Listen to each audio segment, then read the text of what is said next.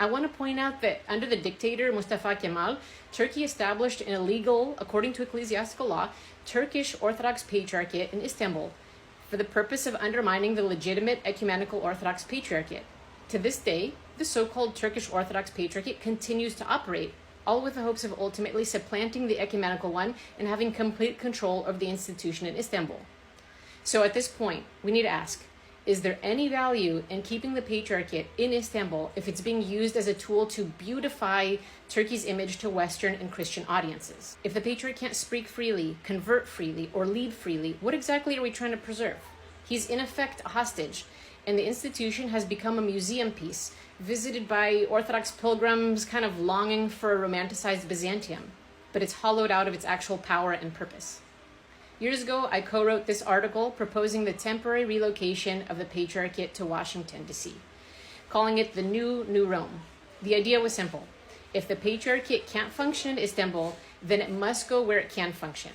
A move to the U.S. would restore the Patriarch's ability to speak freely, serve his flock, and call global attention to Christian persecution across the world.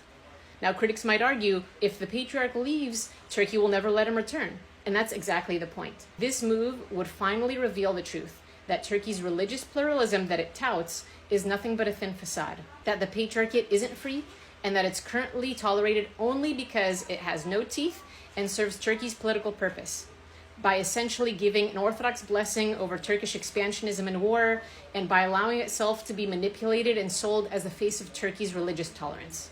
As a Byzantine historian, let me point out that relocating the Patriarchate wouldn't be unprecedented.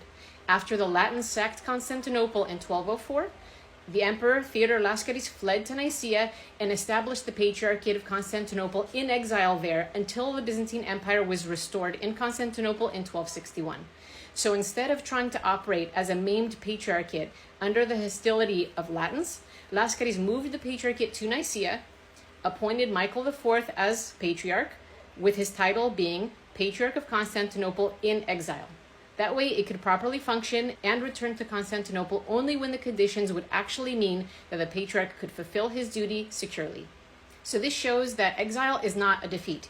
It can be a strategic response to repression.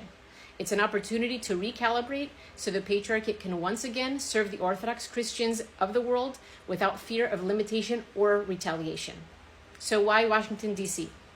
D.C. is not just a geopolitical capital. It's a symbolic one. A Patriarch based there would send a clear message.